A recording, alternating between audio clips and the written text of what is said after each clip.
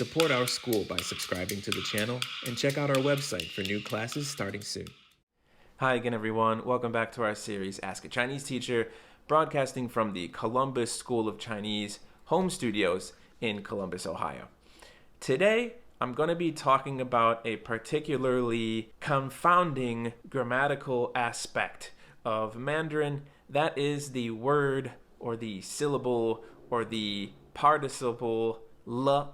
If you are a learner of Chinese, especially an adult learner, you will have ran into le and will also have ran into questions about how do I really understand where le goes, what le means, what does it do in a sentence. As one of my professors once told me, you could write multiple dissertations about le and still not really cover everything. So how do you deal with this as a beginner learner? So here's my advice that was helpful for me as an adult learner that hopefully will be useful to you as well. Think of the usages of le in two categories.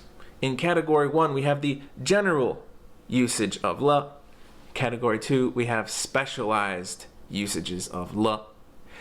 In this general category, we have what you were probably taught first, what le does, to express that an action has been completed or that a change has taken place. In Chinese grammar land, these are referred to as le 1 and le 2. These are the general usages of le, so general in fact, they have their own numbers assigned to them. Now, when you come across a le, whether it be in your studies or in conversation or on a TV show, etc., and you're not sure what it means, you want to try to figure it out, first check the le against these two usages. Does this le signify that an action has been completed, usually right around where a verb is? Does this le indicate that something was one way but has now changed to being another way? If neither of those quite makes sense, then we'll move on to the specialized usages. The tricky part about this is that there are many specialized usages. I would not be surprised if I, even now, 18 years later, come across a different structure that uses a le. But one tip for kind of sniffing these out is they're part of a bigger structure. When you're taught these specialized usages of le in Chinese textbooks, they'll be along with some other words or characters there. For example, 太好了, 太好了. The structure is 太 adjective 了. This is just to express something is very adjective. 太好了, very good. A lot of times this is translated with a T-O-O, too. Something is too good, too cold, too hot. 太热了. 太漂亮了, too beautiful.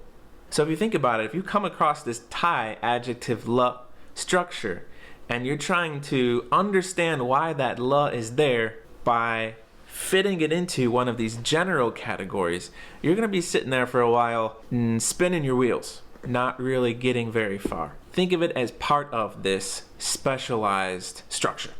Another example, 快 verb le. To express that something is about to happen. 他快来了. He's about to arrive. 快下雨了. It's about to rain. Finally, another kind of fun one if you like to be dramatic. 糟了. 糟了. Also sometimes 糟糕了. Oh no. Oh, things are bad. 糟了. 我快疯了，太吵了. So again, if you think about it, if you're trying to take le in this structure and reconcile it with one of those general usages, it's going to be tough. You're going to have to do some ninjaing in your brain.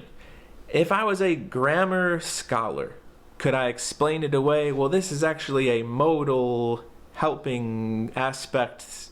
Yeah, I probably could. But for the sake of understanding, as a learner, enough for what you need to keep going, keep the conversation going, keep your studying going. This is my advice to you. I hope it's helpful for you. If it ends up helping you out, please let me know. I'd love to hear about it. And as always, thank you for watching.